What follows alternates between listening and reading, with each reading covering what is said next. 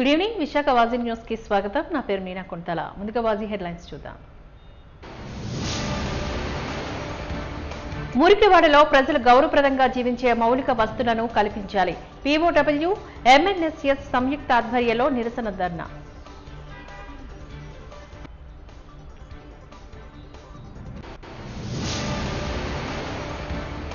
గ్రంథాలయాలకు పూర్వ వైభవాన్ని తీసుకువచ్చే విధంగా ప్రభుత్వంలో ప్రజల్లో చైతన్యం కలిగించాలి. మేధా మదన కార్యక్రమంలో పలువురు వైస్ ఛాన్సలర్ అభిప్రాయ వెల్లడి.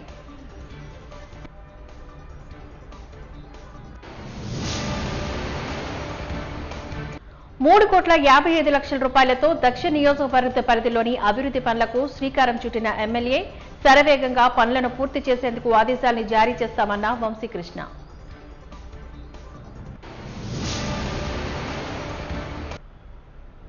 ఇక డీటెయిల్స్ చూద్దాం. మురికివాడ ప్రజలు సాధించిన పోరాటం న్యాయమైనదని నేడు కోర్టు తీర్పు ద్వారా మరోసారి రుజువైంది అంటూ పీఓడబ్ల్యూ సభ్యులు లక్ష్మి తెలియజేశారు. 2012లో మురికివాడలో ప్రజలపై బనాయించిన కేసులు విశాఖ సెషన్ కోర్టు కొట్టివేసిన నేపథ్యంలో జీవీఎంసీ గాంధీ విగ్రహం వద్ద ఫ్లెక్సీలను చేతపట్టి నినాదాలు చేశారు. ఈ సందర్భంగా వారు మాట్లాడుతూ జీవీఎంసీ అధికారులు, రాజకీయ నాయకులు మురికివాడలో ప్రజల హక్కులను గుర్తించాలి అంటూ డిమాండ్ చేశారు. మురికివాడలో నోటిఫై చేయాలని కోరారు. నోటిఫై చేసే వరకు మురికివాడల ప్రజలకు అవసరమైన మౌలిక సదుపాయాలను కల్పించాలి అంటూ విజ్ఞప్తి చేశారు. గౌరవప్రదంగా బ్రతికే హక్కు మురికివాడిన ప్రజలకు కూడా ఉందంటూ గుర్తు చేశారు. ఈ కార్యక్రమంలో పీఓడబ్ల్యూ లక్ష్మి, ఇతర సంఘాల నాయకులు తదితరులు పాల్గొన్నారు.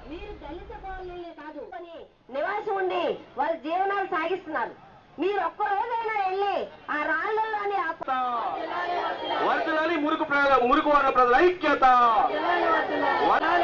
పోరాడదాం కుల నిర్మూలన కోసం, పోరాడదాం మతోన్మాదానికి కులోన్మాదానికి నివాస హక్కుల పోరాటాలు, నివాస హక్కుల పోరాటాలు, నివాస హక్కుల ప్రాథమిక హక్కుగా గుర్తించాలి. జీవీఎంసీ కమిషనర్ అయినంత మాత్రాన ఒక దళితులకు సంబంధించి ఒక నాయకత్వం వహించవలసిన వ్యక్తి సామాన్యమైన ప్రజలు ఎవరు కనిపించరా? ఎవరైతే ఈవేళ మీలాంటి ఆఫీసర్స్ ఉంటారో, ఎవరైతే కోటీశ్వర్లు ఉంటారో, ఎవరైతే డబ్బులున్న వాళ్ళు ఉంటారో వాళ్ళందరికీ కూడా ఇలాంటి శ్రమల్ని కట్టబెట్టాలనే ఆలోచన అనేది వెనక్కి ఖచ్చితంగా తీసుకోవాలి అని చెప్పేసి మరొకసారి చెబుతూ ఈవేళ అందరూ చేస్తున్న ఈ పోరాటం ఏదైతుందో ఆ పోరాటానికి అండగా నిలబడి ఈవేళ లక్ష్మి గారు వీళ్ళందరూ కూడా ఈ సంఘాలకి ఈవేళ అండగా ఉండి ఈవేళ ముందుకు నడిపించి ఇంత ఉద్యమం సాగించి ఈవేళ మంచి కోర్టులో ఈవేళ తీర్పు అనేది రావడం అనేది జరిగింది.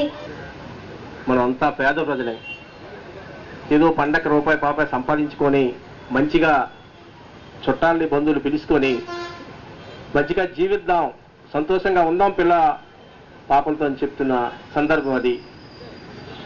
ఆ సందర్భంలోనే దళితుల నాయకుడిగా, దళిత ఉద్యోగ మేధావిగా వచ్చినటువంటి రామాంజనేయులు దళిత పేటల్ని, పేదపేటల్ని ఎంచుకొని దౌర్జన్యంగా పోలీసుల్ని, రెవెన్యూ శాఖని, జీవీఎంసీ మొత్తం అంతా ఏకమై మొత్తం కోల్చాలనే ప్రయత్నం. వాస్తవానికి దళిత ప్రజలు, పేద ప్రజలు, మురికివాడల ప్రజలు ఎవరికైనా సమస్య వస్తే ఎక్కడ పోతాం మనం? ఒక ఎంఆర్ఓ దగ్గరికి పోతాం. ఎంఆర్ఓ వచ్చి మీ ఇల్లు పీకడానికి సిద్ధంగా ఉంటే ఇంకెవరికి చెప్పాలా? పోలీస్ స్టేషన్ పోతాం. పోలీసులే వచ్చి, పోలీసు అధికారులు వచ్చి మన కాలనీలో ముందు నిలబడి పీకడానికి మేము ఉన్నాం, మీరు తీయండి ఖాళీ చేయండి అనే పోలీస్ శాఖ.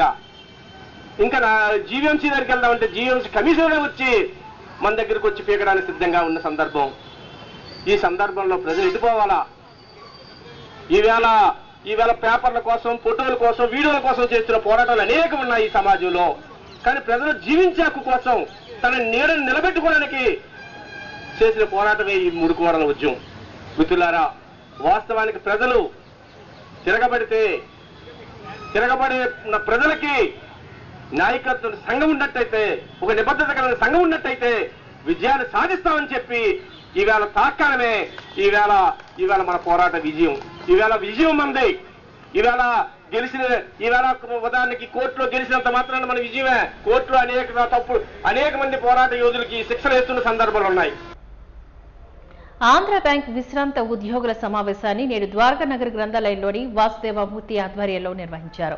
ముందుగా ప్రముఖ స్వాతంత్ర్య సమరయోధులు ఆంధ్ర బ్యాంక్ వ్యవస్థాపకులు డాక్టర్ భోగరాజు పట్టాభి సీతారామయ్య చిత్రపటానికి నివాళులర్పించిన అనంతరం సమావేశాన్ని ప్రారంభించారు.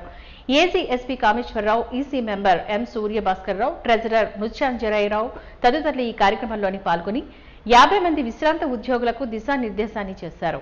ఈ సందర్భంగా వారు ప్రసంగిస్తూ బ్యాంకు ఉద్యోగుల health insurance premium, housing loan, cyber crime తదితర అంశాలపై అవగాహన కల్పించే విధంగా వెల్లడించారు.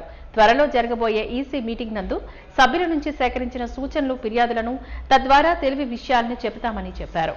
సభ రవికుమార్ వందన సమర్పణతో ముగిసింది.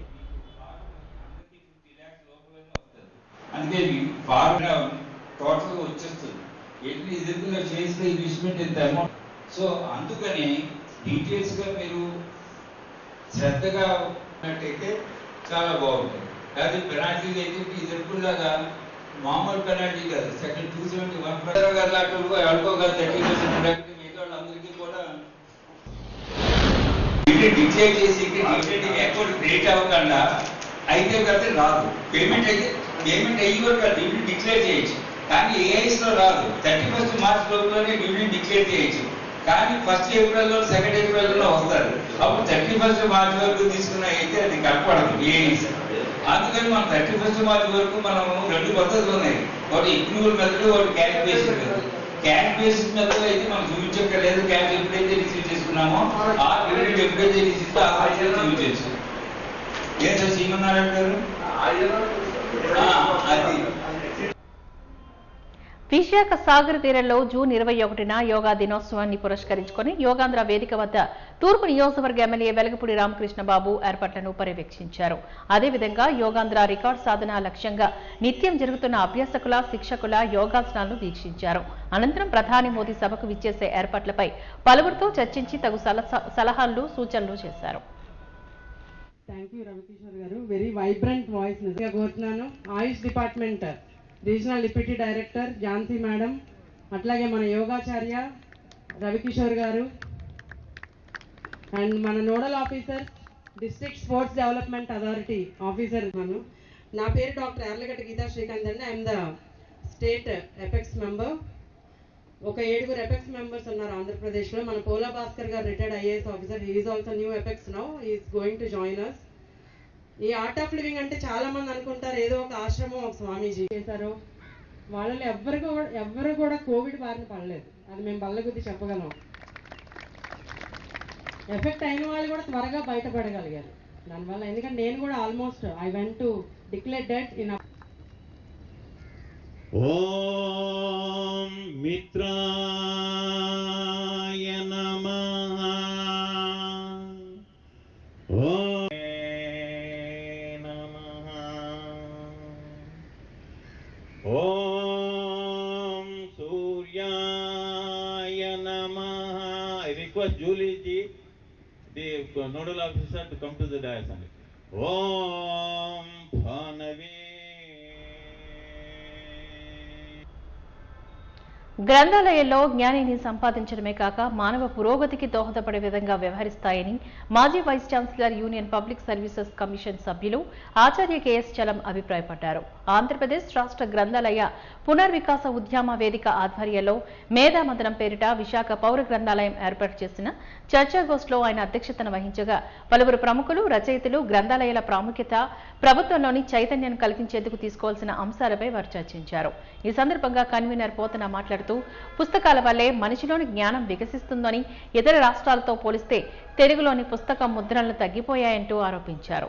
గ్రంథాలయాలకు పూర్వ వైభవాన్ని తీసుకువచ్చే విధంగా ప్రభుత్వ లోపాలను సరిచేస్తూ ప్రజలను చైతన్యాన్ని కలిగించే దిశగా కార్యక్రమాలు చేపడుతున్నట్లుగా వెల్లడించారు.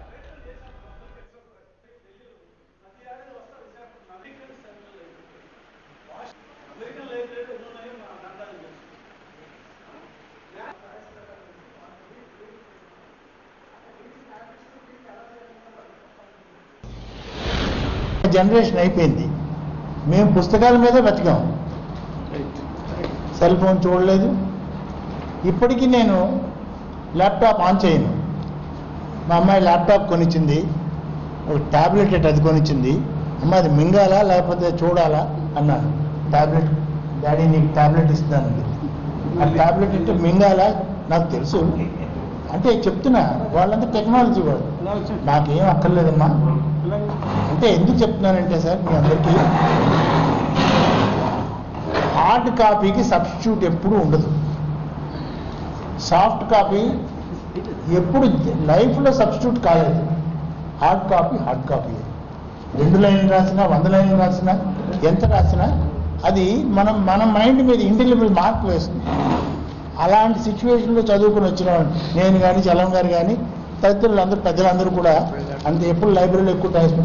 అంటే ఈ ఉద్యమంలో ఈ సందేశం నాకు అర్థమైంది ఏంటంటే, దీన్ని మనం ముందుకు తీసుకెళ్ళి ప్రభుత్వం ఎందుకు ఇంత నిర్లక్ష్యం చూపిస్తున్నది అని మనం పాయింట్అవుట్ చేయాలి. ఇది ఫంక్షనింగ్ ఎలా ఉంది, ఎంతమంది చదువుతున్నారు, అవన్నీ మనకి ఇప్పుడు కాదు ఇష్యూ. ఎందుకు ఇవి వెనకబడి ఉన్నాయి, ఎందుకు లైబ్రరీస్ అసలు ఎవరు పట్టించుకోవట్లేదు అన్న దీని మీద ఈ ఉద్యమం సాగాలని నాకు అర్థమైంది. అంచేత రెవెన్యూ పరంగా చూస్తే మన కాంట్రిబ్యూషన్ ఏం తక్కువ కాదు. ఏ దేశంతో కంపేర్ చేసినా భారతదేశం ట్యాక్స్ పేయర్స్ అంత ఆనెస్ట్ ట్యాక్స్ పేయర్స్ ఏ కంట్రీలో ఉండదు. ఈరోజు ఆంధ్రప్రదేశ్ గ్రంథాలయ పునర్వికాస ఉద్యమ వేదిక మొదట్లో ఒక రాష్ట్ర వ్యాప్తంగా ఒక సమావేశాన్ని కండక్ట్ చేసింది విజయవాడలో. ఎందుకంటే గ్రంథాలయాల్లో పట్ల ఒక నిర్లక్ష్య వైఖరి, అవి ఒక దీన స్థితిలోకి వెళ్ళిపోయి ఎవరూ కూడా పట్టించుకునే స్థితిలోకి వెళ్ళిపోయిన సందర్భంలో గ్రంథాలయాల్ని మళ్ళీ ఉజ్జీవించేయాలి, వాటిని రిజనోవేట్ చేయాలి, అలాగే పునర్వికాసం కలిగించాలి అన్న ఉద్దేశంతో ఈ రోజున రాష్ట్ర వ్యాప్తంగా వల్లూరి శివప్రసాద్ గారు కన్వీనర్గా ఆయన భుజాన వేసుకుని మొత్తం రాష్ట్రం అంతా కూడా తిరిగి ఈ ఉద్యమాన్ని ఒక వార్ఫుట్ బేసిస్లో తిరుగుతూ చేస్తున్నారు.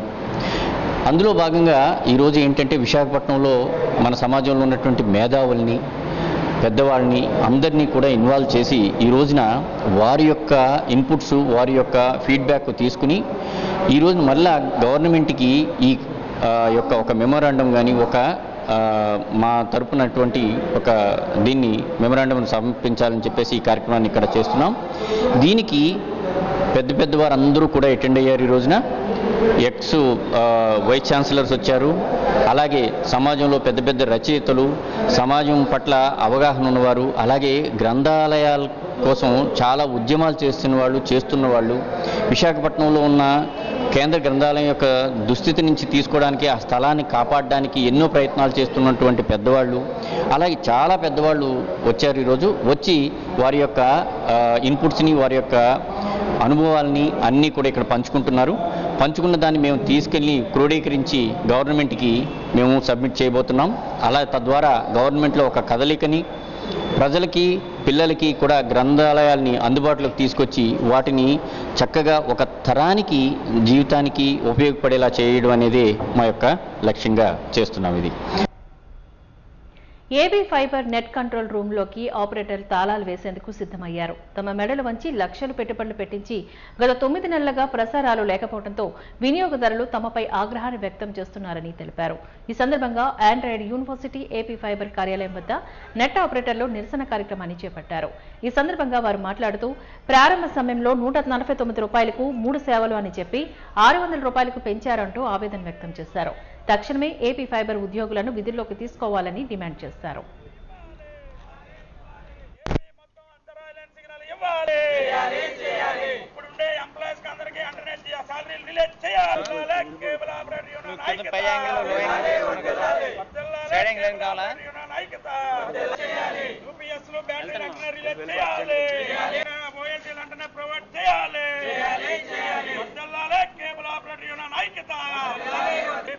బడ్జెట్ కేటాయించాలి. 30,000 మంది కేబుల్ ఆపరేటర్ కుటుంబాలు ఆదుకోవాలి. గత 2017లో ఏపీ ఫైబరు రాజధాని దగ్గర కేబుల్ ఆపరేటర్లందరినీ పిలిచి ఒక పండగ వాతావరణంలో ఏపీ ఫైబర్ సంస్థను మేము ఈ ఆంధ్రప్రదేశ్లో ఏర్పాటు చేస్తున్నాం. త్రోట్ ఇండియాలో ఎక్కడా లేని టెక్నాలజీని బడుగ బలహీన వర్గాలకి అతి తక్కువ రేటుకే 149 రూపాయలకే త్రిబుల్పై సర్వీసు టీవీ, టెలిఫోన్, ఇంటర్నెట్ సేవలు అందిస్తున్నామని చెప్పి చంద్రబాబు నాయుడు గారు అప్పుడుండే రాష్ట్రపతి గారి చేతుల మీద ఓపెన్ చేశారు. దాన్ని ప్రతి జిల్లాలో మేజిస్ట్రేట్ గారి సమక్షంలో ఆపరేటర్లతో మీటింగ్ పెట్టి మా మెడలో వంచి మాతో లక్షల రూపాయలు పెట్టుబడులు పెట్టి ఈ కనెక్షన్లు దౌర్జన్యంగా వేయించారు. అయినా మా బతుకులు మారుతాయని చెప్పి అప్పులు చేసి మరి పెట్టుబడి పెట్టి వేసాం. సుమారు 10,50,000 కనెక్షన్లని ఈ రాష్ట్రంలో ఏపీ ఫైబర్ కనెక్షన్లు వేసున్నాం. తర్వాత 2019లో వైసీపీ గవర్నమెంట్ వచ్చిన తర్వాత 149 రూపాయలది 300 రూపాయల ప్యాకేజ్ చేశారు. 300 రూపాయల ప్యాకేజీని 3 విధాలుగా డివైడ్ చేశారు. 400 ప్యాకేజు, 450 ప్యాకేజ్ ఒకటి, 600 ప్యాకేజ్ ఒకటి. ఏదైతే 149 రూపాయలకి ఇచ్చే ప్యాకేజీని unlimited net, all channels, internet, telephone ఈ 3 కలిపి 600 రూపాయలు చేశారు. ఛానల్స్ తగ్గించి అన్లిమిటెడ్తో 450 ప్యాకేజ్ ఒకటి పెట్టారు. 350 ప్యాకేజీలు అయితే అసలు ఏమీ లేవు. కానీ వెంటనే ఎన్ని కష్టాలైనా ఎన్ని ఇబ్బందులైనా 5 సంవత్సరాలు భరించుకొచ్చాం. అలాగే విపరీతంగా పోస్ట్ పెయిడ్ బకాయిలు ఉన్నారని చెప్పి ప్రతి ఆపరేటర్లకి అక్కడికక్కడ పాన్లు ఆపేసి లక్షల రూపాయలు పెట్టుబడి కట్టాం. 3 డిమాండ్స్. ఏదైతే కూటమి ప్రభుత్వం వచ్చిన తర్వాత ఏపీలో ఎక్కడ సర్వీసులు అయితే పూర్తిగా నిలిచిపోయాయి.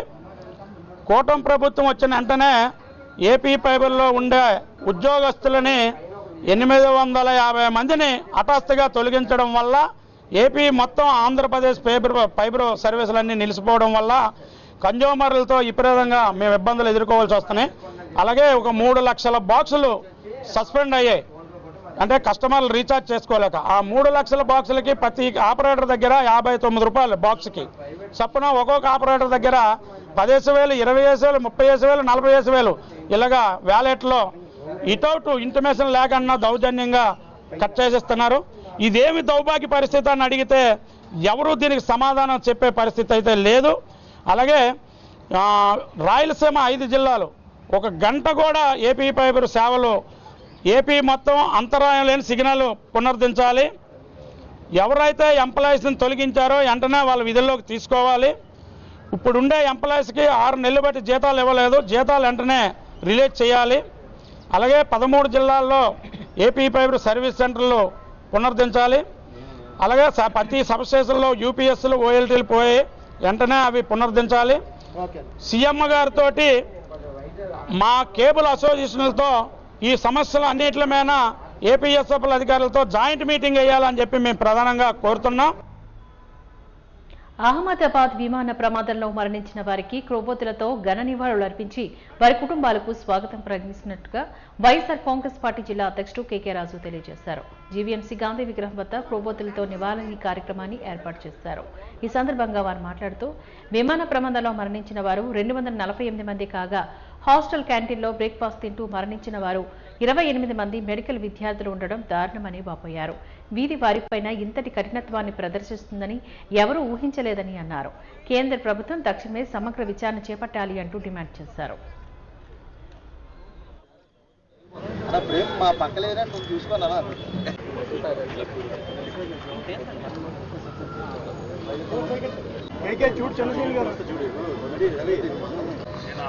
అహ్మదాబాద్ ఎయిర్పోర్ట్ దగ్గర జరిగిన విషయం మనందరికీ కూడా తెలిసిందే.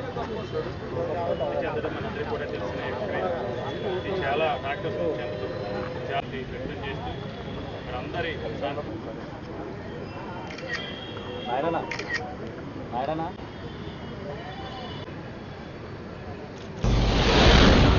నిన్న అహ్మదాబాద్లో జరిగిన ప్రమాదంలో సుమారు ఆ ఫ్లైట్లో ప్రయాణిస్తున్న 242 మందిలో 241 మంది నిన్న అకాల మరణం చెందడం జరిగింది. అంతేకాకుండా ఆ విమానం ఎక్కడైతే మెడికల్ కాలేజ్ పైన కూలిందో ఆ మెడికల్ కాలేజీలో క్యాంటీన్లో ఉన్న సుమారు 28 మంది డాక్టర్స్ కూడా కొత్తగా ఎవరైతే హౌస్ సర్జన్స్ ఉన్నారో డాక్టర్స్ ఉన్నారో వారు కూడా మృతి చెందారని చెప్పడం జరిగింది. అంతేకాకుండా చాలామంది కూడా గాయపడటం జరిగింది. ఇది చాలా దురదృష్టకరమైన విచారకరమైన సంఘటన. దీనికి దిగ్భ్రాంతి వ్యక్తం చేస్తూ వైఎస్ఆర్ కాంగ్రెస్ పార్టీ తరఫున ఈరోజు విశాఖపట్నంలో వారందరి చనిపోయిన వారందరి ఆత్మకు కూడా శాంతి చేకూరాలని, అదేవిధంగా భగవంతుడు ఎవరైతే వారి కుటుంబ సభ్యులు ఉన్నారో వాళ్ళందరిలోని కూడా మనోధైర్యాన్ని ఇచ్చి వారందరికీ కూడా ఆ భగవంతుడు అండగా ఉండాలని, అదేవిధంగా ప్రభుత్వం కూడా క్షతగాత్రుల కుటుంబాలకు కానీ చనిపోయిన వారి కుటుంబాలకు కానీ అన్ని రకాలుగా కూడా ఆదుకోవాలని విజ్ఞప్తి చేస్తూ వారందరి ఆత్మకి కూడా శాంతి చేకూరాలని ఆ భగవంతుని ప్రార్థిస్తున్నారు. అహ్మదాబాద్లో జరిగిన విమాన విషాద ఘటన ప్రపంచ చరిత్రలో, భారతదేశ చరిత్రలో ఎప్పుడూ కూడా వినలేదు, కనలేదు. ఒకేసారి సుమారు 369 మంది వరకు స్పాట్లో చనిపోవటం, తర్వాత ఇంతవరకు కూడా దానికి కారణం ఏంటో తెలియకపోవటం చాలా చాలా బాధాకరం. నేను ఒకటే కోరుతున్నాను, కేంద్ర ప్రభుత్వాన్ని అలాగే గుజరాత్ ప్రభుత్వాన్ని అందరినీ కూడా వారికి ఇచ్చేటువంటి కాంపెన్సేషను ₹1 కోటి చాలదని నేను ఒక ఎంపీగా కోరుతున్నాను.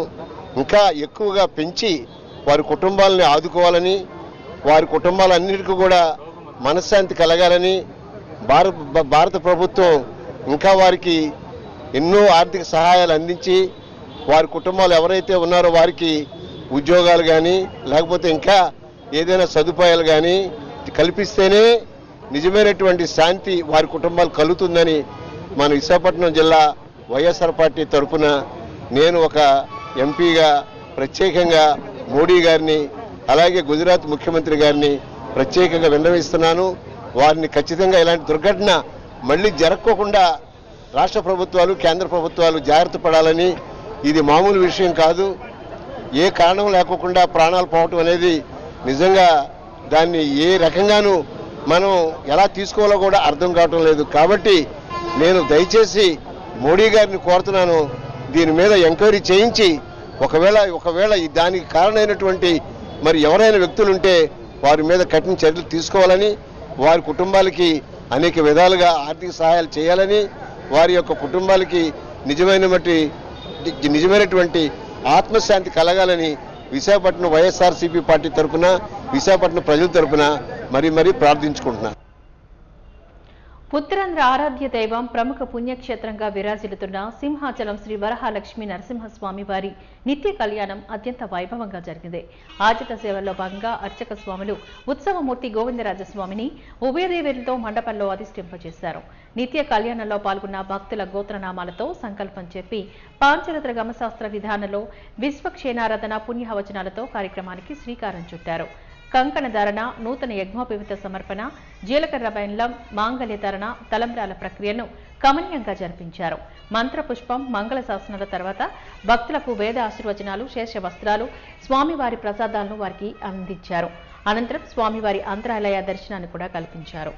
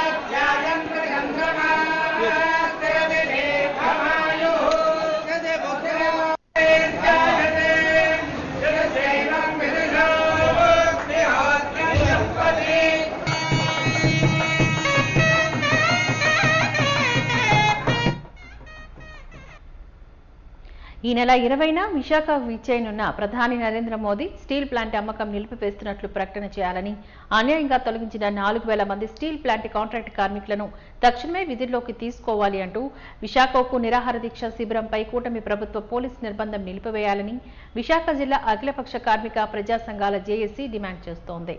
జిల్లా జేఏసీ రౌండ్ టేబుల్ సమావేశం నేడు సిఐటియు జిల్లా కార్యాలయంలో నిర్వహించబడింది. ఈ సందర్భంగా JAC chairman M Jaggunaidu, vice chairman M Manmatharao, P Nagabhushanam, N కనకారావులు మాట్లాడారు. విశాఖ స్టీల్ ప్లాంట్ రక్షణ కోసం కార్మికులు గత 4.5 సంవత్సరాలుగా కూర్మన్నపాలెం జంక్షన్లో రిలే నిరాహార దీక్ష శిబిరాన్ని నిర్వహిస్తున్నారు. అధికారంలో ఎవరున్నా పలువురు రాజకీయ పార్టీల నాయకులు, ప్రజాప్రతినిధులు ఈ శిబిరాల్లో పాల్గొంటున్నారని అన్నారు. ప్రస్తుత గాజువాక ఎమ్మెల్యే పల్లా శ్రీనివాసరావు కూడా దీక్షలు చేశారు. దాదాపు 4.5 సంవత్సరాల నుంచి కూడా ఉత్పత్తికి ఎటువంటి ఆటంకం అనేది కల్పించకుండా పోరాటాన్ని అనేది విశాఖపట్నం స్టీల్ ప్లాంట్ అనేది 100% కూడా ప్రభుత్వ రంగ పరిశ్రమగానే ఉండాలనేసి డిమాండ్ చేస్తూ పోరాటాన్ని అనేది నిర్వహిస్తూ ఉన్నారు.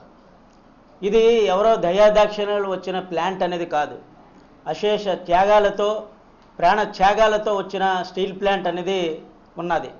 లక్షల కోట్ల రూపాయలు విలువైన ఆస్తులు కూడా ఆ ప్లాంట్కి అనేది ఉన్నాయి. దాదాపు 64 గ్రామ ప్రజలందరూ కూడా 26,000 ఎకరాలు అనేది ఈరోజు ఇచ్చి ప్రభుత్వ రంగ పరిశ్రమ అనేది స్థాపించడం అనేది జరిగింది. ఈ రోజుకి కూడా ఇప్పటికీ 10,000 ఎకరాలు అనేది ఈ రోజుకి కూడా ఉండే పరిస్థితి అనేది ఉంది. ఆ భూమి మీద అనేది ఈరోజు కార్పొరేట్ల తాలూకా కన్ను అనేది పడింది. కేంద్ర ప్రభుత్వం కూడా ఈ ప్లాంట్ని ఏదో రకంగా నిర్వీర్యం చేయాలని, ఆంధ్ర రాష్ట్రాన్ని బద్నాం చేయాలనేసి, ఆంధ్ర రాష్ట్ర ప్రయోజనాలు అనేది మంటగలపాలనే ఉద్దేశంతో ఈరోజు అనేది ఒక పక్క అనేది కేంద్రంలో మోడీ అనేది ప్రయత్నం చేస్తూ ఉన్నారు. దాదాపు స్టీల్ ప్లాంట్ ఉత్పత్తి 7.9 మిలియన్ టన్నులు ఉత్పత్తి సాగించడానికి ఈరోజు అనేది స్టీల్ ప్లాంట్ స్టీల్ ఉత్పత్తిలో కీలకమైన పాత్ర అనేది ఈరోజు కాంట్రాక్ట్ కార్మికులు అనేది వ్యవహరిస్తూ ఉన్నారు. దాదాపు 12,000 మంది కాంట్రాక్ట్ కార్మికులు ఈరోజు అనేది స్టీల్ ప్లాంట్ ఉత్పత్తిలో కీలకమైన పాత్ర అనేది పోషిస్తుంటే ఈరోజు అనేది 4,500 మందిని కాంట్రాక్ట్ కార్మికులను ఈరోజు తొలగించడం అనేది చాలా దారుణం, అక్రమం, చట్టవిరుద్ధం అనేది. ఏ కార్మికుడిని అయినా సరే తొలగించాలంటే రూల్స్ అనేది తెలియదా అనేసి ఈరోజు అనేది అడుగుతూ ఉన్నాం మేము అఖిలపక్ష ట్రేడ్ యూనియన్గా. ఈరోజు అనేది ఏ కార్మికుడిని తొలగించాలంటే ముందు నోటీస్ అనేది జారీ చేయాలి, ఆయన ఏం తప్పు చేశారనేది ప్రూవ్ చేయాలి, తర్వాత నష్టపరిహారం చెల్లించాలి. ఎటువంటి పద్ధతులు కూడా ఈరోజు పాటించకుండా అక్రమ పద్ధతుల్లో చట్టవిరుద్ధంగా ఈరోజు అనేది అక్రమ స్టీల్ ప్లాంట్ కాంట్రాక్ట్ కార్మికులను తొలగించి ఈరోజు అనేది ఆ తొలగింపు అయిపోయిన తర్వాత కార్మికులను తగ్గించిన తర్వాత ప్రైవేటు వ్యక్తికి ఈరోజు ఇవ్వాలని చూస్తూ ఉన్నారు. ఒక పక్క మిత్తల్ స్టీల్ ప్లాంట్ అనేది నక్కపల్లిలో ఈరోజు అనేది పెడుతుంటే దానికి సొంత గనులు కావాలని ఈరోజు రాష్ట్ర ప్రభుత్వం ప్రతినిధులందరూ కూడా మాట్లాడడం అంటే చాలా విడ్డూరంగా ఉంది. ఈరోజు అనేది ఉన్న స్టీల్ ప్లాంట్ అనేది కాదని నువ్వు ప్రైవేట్ స్టీల్ ప్లాంట్కి అనేది ఈరోజు అనేది సొంత గనులు కొడుతున్నావు అంటే ఆంధ్ర రాష్ట్ర ప్రయోజనాలు మంట కలుపుతున్నా ఈ రాష్ట్ర ప్రయోజనాలు మోడీ పాదాల ముందు అనేది తాకట్టు పెట్టే విధంగా ఈరోజు అనేది కూటమి ప్రభుత్వం అనేది ఈరోజు అనేది పాల్పడుతూ ఉంది. అందువల్ల ఏంటంటే అక్రమ పద్ధతులు అనేది మానుకోవాలి. స్టీల్ ప్లాంట్ యాజమాన్యం కూడా ఆ కార్మికుల పట్ల నిర్బంధకాండ అనేది ఇమీడియట్గా ఆఫ్ చేయాలని మేము డిమాండ్ అనేది చేస్తూ ఉన్నాం. అలాగే తొలగించిన కార్మికులందరినీ కూడా బేషరతుగా ఇమీడియట్గా వాళ్ళందరినీ కూడా విధుల్లోకి తీసుకోవాలి. లేని ఎడల పోరాటాన్ని అనేది మేము కంటిన్యూ చేస్తాం. మరి ఈరోజు పరిస్థితి స్టీల్ ప్లాంట్ దగ్గర మొన్న శిబిరంలో ఉన్న స్ట్రైక్ చేస్తున్నటువంటి స్టీల్ ప్లాంట్ కార్మికులను బయటకు పంపించి అందులో వాళ్ళ పోలీసులు కూర్చోవటం, ఈరోజు మళ్ళా అది యాక్సిడెంటల్గా మరి పర్పస్ఫుల్గా జరిగిందో టెంట్ కూలింది. సో దాన్ని మళ్ళా నిర్మాణం చేసుకుందామంటే దానికి అసలు పర్మిషన్ ఇవ్వకుండా పోలీసులు అడ్డుకోవటం అంటే ఎక్కడున్నాం మనం అని చెప్పేసి మనం ప్రశ్నిస్తున్నామండి. తర్వాత ఈ 20,000 ప్యాకేజీలో ఇవన్నీ మనం చూస్తుంటే దశల వారీగా ఈ ప్రాసెస్ అంతా చూస్తే మనం ఇదేదో కుట్రలో భాగంగానే క్లియర్ కట్గా గెలుస్తుంది. ఎందుకంటే ప్రొడక్షన్ ఇంప్రూవ్ చేయడానికి అందులో ఒక పైసా కూడా ఖర్చు పెట్టకూడదు. ఇక్కడ అప్పులు తీసుకెళ్ళిపోయారు, అదేవిధంగా జిఎస్టీ అవుట్ స్టాండింగ్ జిఎస్టీని పట్టుకెళ్ళిపోయారు. మరి ఇవన్నీ చేసే తర్వాత మొత్తం వాళ్ళు అనుకున్న ప్లాన్లో భాగంగా జనాల్ని పక్కదోవ పట్టించే మార్గంలోనే వెళ్తుంది తప్ప ఇదేంటో ఇక్కడ స్టీల్ ప్లాంట్ రక్షించడానికి ఏమీ ఉపయోగపడే పనులు మాత్రం కావు. రాష్ట్ర అభివృద్ధి ధ్యేయంగా కూటమి ప్రభుత్వం పనిచేస్తోందని, అదే లక్ష్యంతో విశాఖ నగరాన్ని మరింత అభివృద్ధి పదంలో నడిపించేందుకు గాను అన్ని వార్డుల్లో అభివృద్ధి కార్యక్రమాలు చేపట్టడం జరుగుతుందని విశాఖ నగర మేయర్ పీలా శ్రీనివాసరావు పేర్కొన్నారు. శనివారం ఆయన జీవీఎంసీ పరిధిలోని దక్షిణ నియోజకవర్గంలో సుమారు 3.58 కోట్ల జీవీఎంసీ నిధులను వెచ్చించి పలు అభివృద్ధి పనులకు దక్షిణ నియోజకవర్గ శాసనసభ్యులు సిహెచ్ వంశీకృష్ణ శ్రీనివాస్తో కలిసి శంకుస్థాపనలు, ప్రారంభోత్సవాలు చేశారు. ఈ సందర్భంగా నగర మేయర్ మాట్లాడుతూ రాష్ట్ర ముఖ్యమంత్రి నారా చంద్రబాబు నాయుడు నాయకత్వంలోని కూటమి ప్రభుత్వం విశాఖ నగరాన్ని మరింత అభివృద్ధి చేసేందుకు నగరంలో గల అన్ని వార్డుల్లో ప్రజలకు అవసరమగు మౌలిక వసతులు, సదుపాయాలను, అభివృద్ధి పనులను ప్రజలకు కల్పించేందుకు గాను జీవీఎంసీ ప్రణాళికలను సిద్ధం చేసిందని చెప్పారు.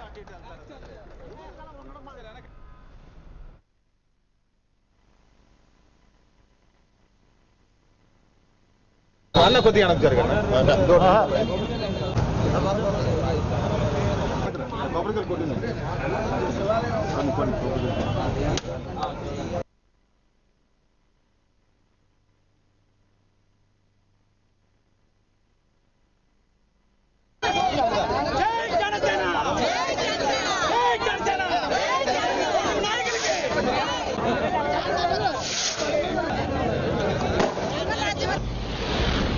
అన్నగారు ఈ వార్డులో వర్కులన్నీ కూడా బాధ్యతతో ప్రతి ఏరియాలో కూడా మన ప్రభుత్వం వచ్చాక అందరికీ మంచి జరగాలని ఒకే ఒక కోరిక, వంశీ అని కోరిక. దాంట్లో భాగంగా 3 కోట్ల చిల్లరు మొత్తం ఈవేళ ఈ నియోజకవర్గంలో కొబ్బరికాయలు కొట్టడం ఉంది. ఈ అన్నిట్లో తొందరగా గతలా కాకుండా ఏదైతే కొబ్బరికాయ కొట్టిన డేస్లోనే వర్కులు కూడా స్టార్ట్ చేయాలని అధికారులకు చెప్పడం జరిగింది. కంపల్సరీగా ఇన్ టైంలో వర్కులన్నీ పూర్తి చేస్తాం. దీనికి ప్రజలు కూడా సహకరించాలి. విశాఖపట్నం సౌత్లో మేయర్ గారి ఆధ్వర్యంలో మా అన్న ఇచ్చిన మాట ప్రకారం మా కాన్స్టిట్యున్సీ కొంచెం మాస్ ఏరియా, పేద ప్రజలు ఎక్కువ ఉన్న ఏరియా అని చెప్తే ప్రత్యేకించి మా నియోజకవర్గంలో ఈ ఒక్కరోజే సుమారు 3.5 కోట్ల వర్కులను ఇవాళ మాకు కేటాయించడం జరిగింది. మేయర్ గారికి ప్రత్యేకమైన ధన్యవాదాలు. ఈ నియోజకవర్గ అభివృద్ధిలో సహకరిస్తున్నందుకు ఆయనకి మర్చిపోకుండా ఈ ప్రజల తరపున ప్రత్యేకంగా ధన్యవాదాలు తెలియజేస్తా ఉన్నా. ఇవాళ 31, 33, 34, 35, 36, 37, 38 అన్ని వార్డుల్లో కూడా ఇవాళ కొన్ని శంకుస్థాపనలు, కొన్ని వర్కులు స్టార్ట్ చేయడం కూడా అన్నీ జరుగుతూ ఉన్నాయి. ఇంకా రానున్న రోజుల్లో ఇంకా ఇలాంటి వర్కులు చాలా మేము కమిట్మెంట్ ఇచ్చున్నాం. మేజర్ వర్కులు ఉన్నాయి. అన్నీ కూడా మేయర్ గారి ఆధ్వర్యంలో విశాఖపట్నం సౌత్ నియోజకవర్గంలో ఒకప్పుడు సౌత్ నుంచి భీముల వైపు మధురవాడ వెళ్ళేవాళ్ళు మళ్ళీ తిరిగి ఇక్కడికి వచ్చే విధంగా ఈ రోడ్లు కానీ, డ్రైనేజ్ వ్యవస్థ కానీ, అలాగే ఇక్కడ ఉన్నటువంటి ఎంఆర్ఓ ఆఫీసులు కానీ అన్నింటినీ కూడా పూర్తిగా రూపురేఖలు మార్చే విధంగా మేము చర్యలు తీసుకుంటున్నాం. ఖచ్చితంగా ఈ ప్రాంతాన్ని ఒక అద్దంలాగా ఇప్పుడు ప్రస్తుతం 1 year బ్యాక్ రోడ్లు చూడండి, ఇవాళ ఒకసారి రోడ్లు చూడండి. నియోజకవర్గంలో మేజర్ రోడ్లు అన్నీ కూడా అద్దాల్లాగా తయారు చేస్తామని చేయడం జరిగింది.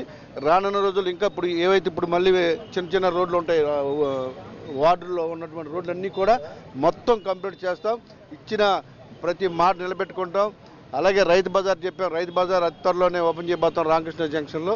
అలాగే ఆ చుట్టుపక్కల ఉన్నటువంటి జనతా బజార్ కానీ, ఆ స్టేడియం కానీ అన్ని రూపురేఖలు మారుస్తామని చెప్పాం.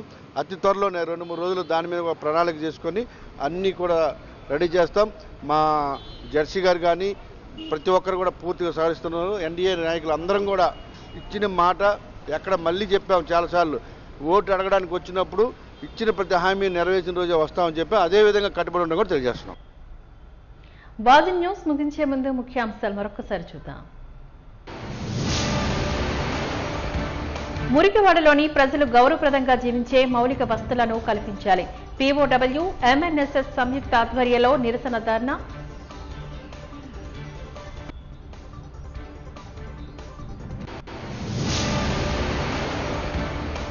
గ్రంథాలయాలకు పూర్వ వైభవాన్ని తీసుకువచ్చే విధంగా ప్రభుత్వంలో ప్రజల్లో చైతన్యం కలిగించాలి. మేధా మదన కార్యక్రమంలో పలువురు వైస్ ఛాన్సలర్ల అభిప్రాయ వెల్లడి.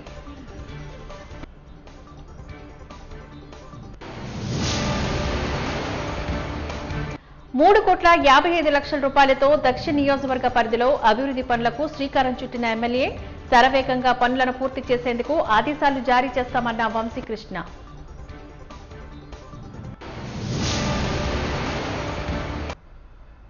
బాజీ న్యూస్ ఇంతటితో సమాప్తం. నమస్కారం.